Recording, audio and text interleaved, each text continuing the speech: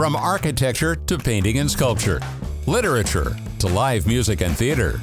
Radio 111 presents Bonnie G and Brian Mendoza with The Desert Scene, your connection to culture and entertainment in the desert cities. Here's Bonnie and Brian.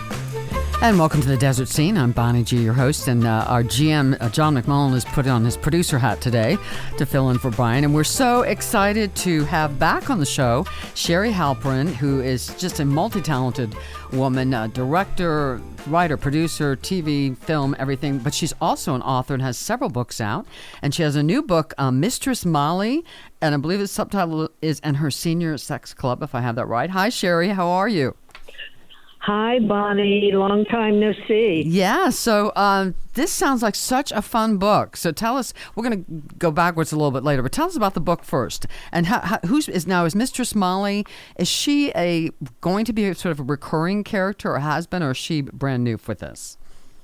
She's brand new for this book. Molly Shapiro is a 72-year-old woman. And one day while she was playing Mahjong with a group of her friends, she has this epiphany that she had spent 50 years catering to her husband and her son, and she was ignoring her own needs and dreams. So now that her husband is gone and her adult son has grown, Molly declares it's her turn to create a life for herself. And she convinces her three best friends, who are really funny characters themselves, to move to a new state and start a new business and create new lives. Excellent. And 72, that's, you know what, that's kind of late to be doing that, but better late than never. Yeah, women, I hope, will start doing it much earlier than that. What is the business that they start? Well, I can't tell you. Oh, okay. Okay. Because it would ruin. But the book is extremely humorous, and it touches subtly on issues like aging, loneliness, friendship, senior sex, second acts, adult-child parent relationships, and how to create a meaningful life for yourself. And some would consider the business saucy, but others would consider it a community service. Okay. But now, it's not X-rated. Okay. Even friends of mine that are prudish crack up laughing and love it. Okay. Well, that's good. Now, obviously, the part about not taking care of your own needs and creativity does not apply to you because you did that much younger. But is some of this, I know that people always say, write what you know. So does some of this come from your own life or from friends of yours? Absolutely. Absolutely. I guess it's been, I don't know how long ago Adopt a Sailor went out, but that was part of my bucket list of what I wanted to do, is be a producer on a feature film. And I did it while I was living in the desert. I still have huge dreams and ambitions and things that I want to accomplish, and I'm 79 years old. Good for you. What advice would you, I love hearing stories like this. What advice would you give other women, quote unquote, of a certain age, let's say over 50, over 55, who have all these things in their back of their mind, all these ideas percolating, but are just scared or hesitant to do it? What advice would you give them to get over that? To do it. Just do it. Nothing is going to happen to you. Just do it. If you're a writer, sit at the computer and write every single day. If you don't have a publisher, self-publish it. That's what so many people are doing now. If you want to be a singer, record a CD. If you want to be an actor, go to community theaters and act. There's no reason why people, because they're getting older, need to be stagnant. I think part of it might be, I don't know, I've had this issue, is fear of disapproval, fear of criticism from other people saying, well, you shouldn't be doing that, you're too old, you're not good enough, or whatever. And sometimes it's hard to silence those voices in our heads. Well, and there's always ages. Oh, yeah. Bonnie. At one point, I was pitching 2 reality shows. This was about 10 years ago, so I was almost 70 years old, and I had to hire a young 26-year-old gay guy to be able to get into meetings. Mm-hmm. Yeah. Because no one would listen to me. I'm a dinosaur. But yet I still have a creative aspect, and Sure. I want to be able to do it. And there's a huge population. There's a huge population in this country. Of course. Folks over 60 who are in this, who would, I'm sure, will love this book. Now, is it out yet? Can people buy it already? Yeah, it came out last week. Just go to Amazon.com and you can buy it on Kindle or paperback. And I am right now auditioning people for the audio book. And it's come down to 2 different women that I'll use for the audio book. And it also has been optioned for a film, and a script is being done. Excellent. I So saw we'll that. see where that goes. But that's pie in the sky dream. Well, you never know. But now you have several books. You never know. Rescue Me. He's wearing a moose hat. Just Call Me Lady. That was optioned by Frank Darabont. Uh-huh. And is that going to be And- made into a film? Is that definite now? No. He had a 5-year option on it, which lapsed, and he lost his first look deal with Paramount. So that never got made. Then Just Call Me Lady. Actually, Just Call Me Lady is free for Kindle this weekend if people want to download it. Okay. And then this is my 3rd book. And I've probably asked you this before, but I don't recall your answer. I'm always curious, people who write. Are you one of those people who you're very disciplined? All right, today I'm going to sit down at the computer from 10 to 3 and write. I'm not going to get up. Or do you just get inspiration at 4 in the morning?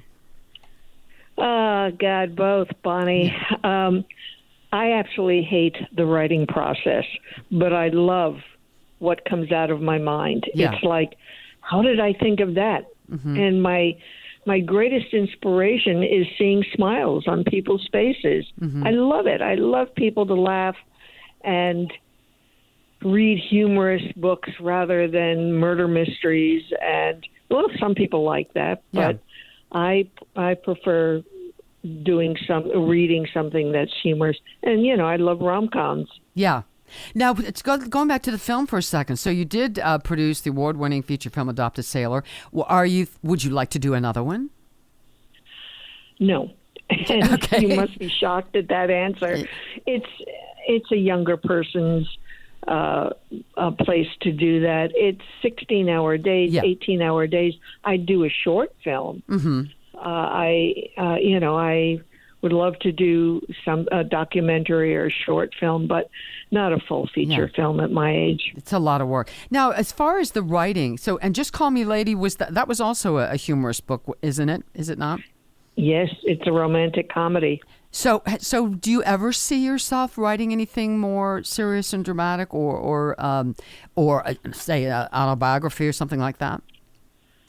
Definitely not a biography, but I do have something that is turning in my head, and it's pretty heavy, and I don't know whether I want to go there or not. Mm-hmm. And let's go back to you started out. You got a degree from Pasadena Playhouse of Fine Arts with a major in directing. So did you do a lot of stage directing back in those days?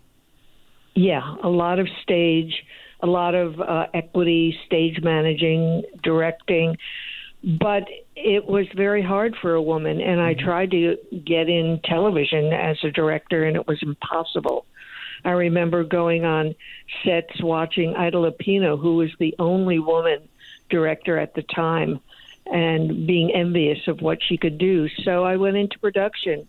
I went into television production, and it was fine. It was fine. And then I was able to use my writing.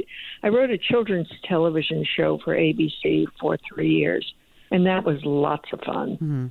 Did you find, though, in television production itself, did you still find a lot of sexism in the industry? No, I didn't. With the producers that I worked with, I was honored to work with Dick Clark quite a bit and Norman Lear, and it was all wonderful. Mm-hmm. I never had that, but as I got older, I found not sexism, but ageism. Yeah. How would you describe your directing style at the time? What kind of director were you?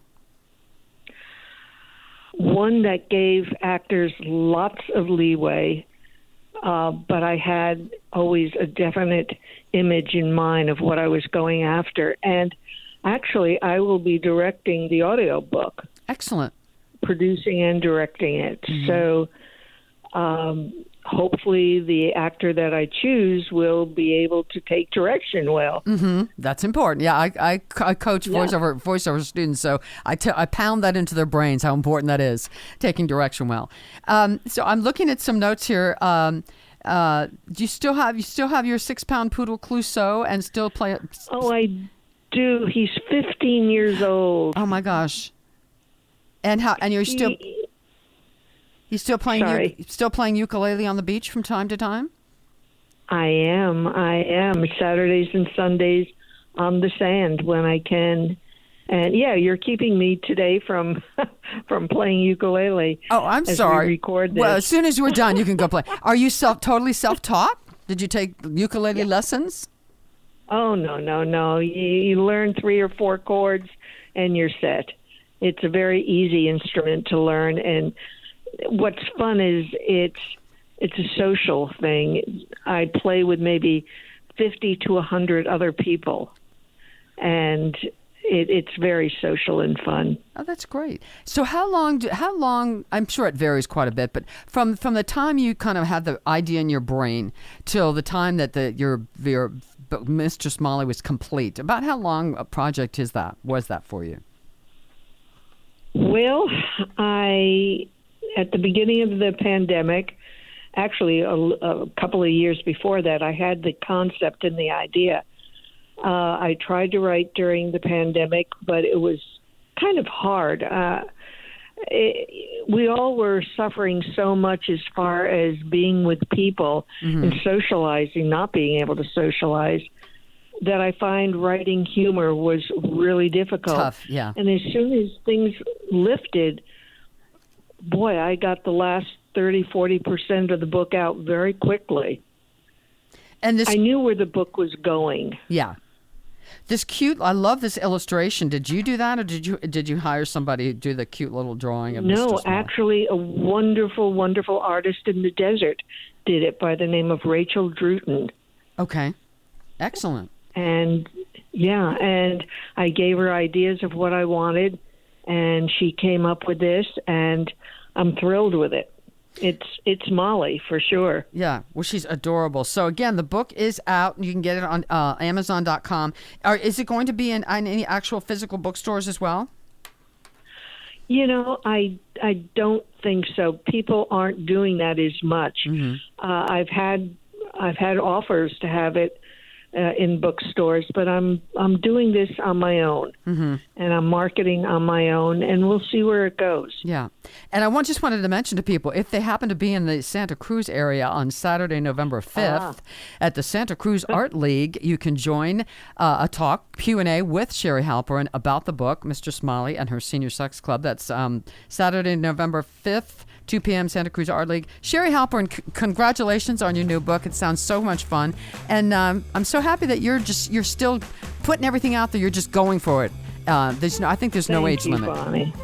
All right. Thank you, Bonnie. Thank you for being here. Have fun with your ukulele, and we'll talk to everybody else the next time on The Desert Scene.